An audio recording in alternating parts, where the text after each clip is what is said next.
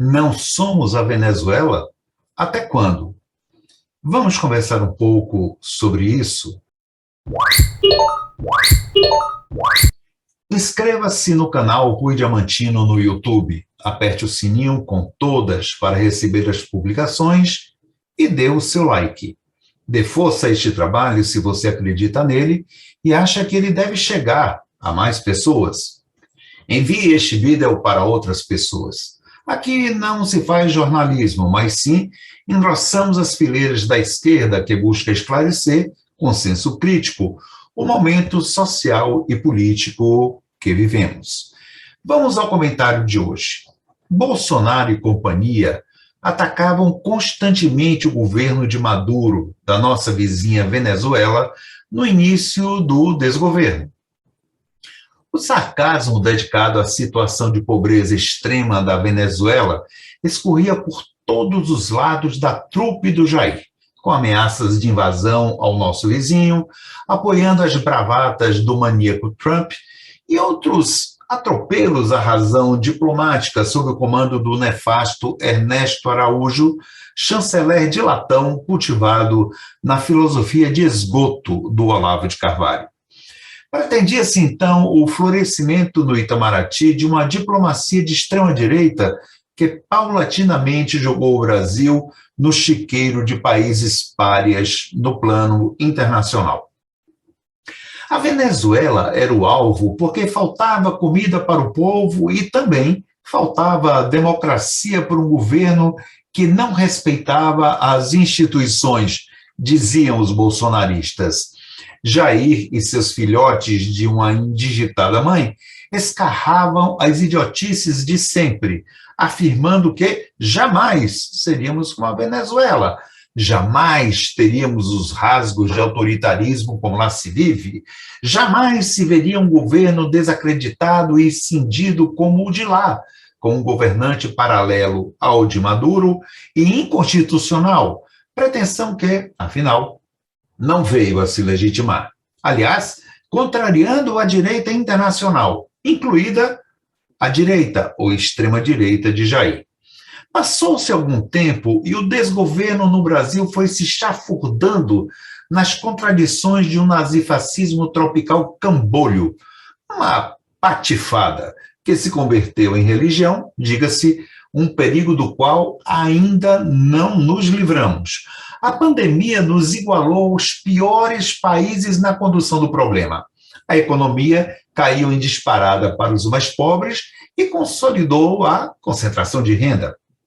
A falta de oxigênio no Amazonas por atitude criminosa do desgoverno, quanto à sua ausência de política de devido socorro às demandas da Covid, acabou por receber, ironia do destino, o socorro de quem?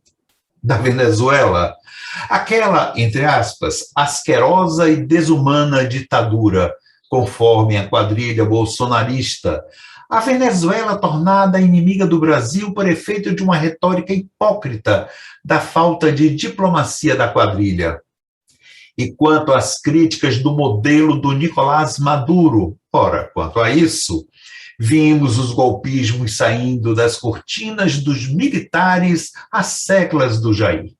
Revelaram-se as pressões dos generalotes zumbis, como Vilas Boas, induzindo o STF ao crime contra Lula. Moro mostrou a sua faceta de mafioso talhado em Maringá. As ameaças às instituições republicanas chegaram ao plano concreto. E, nada diferente de uma republiqueta, vimos um despresidente performando um papel de imbecil como nunca dantes visto no mundo. Ora, verdade se diga, nunca se viu Maduro em tal situação desprezível, ofendendo as honras de um cargo de presidente. Mas e quanto aos venezuelanos que comiam cachorros pegos na rua?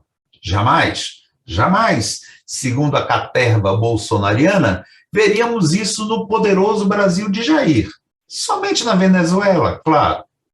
Pois bem, Vinícius Torres Freire, em artigo publicado na Folha no dia 9, com o título entre aspas, a inflação de Bolsonaro é das mais perversas do século, afirma, abre aspas, não apenas a inflação média está mais alta, a onda de carestia de comida é a pior desde 2003.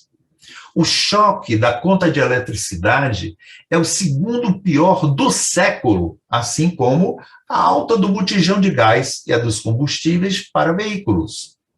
São surtos que causam fome, asfixia orçamentos já esquálidos, irritam os remediados que têm carro e afetam preços que são muito evidentes no dia a dia.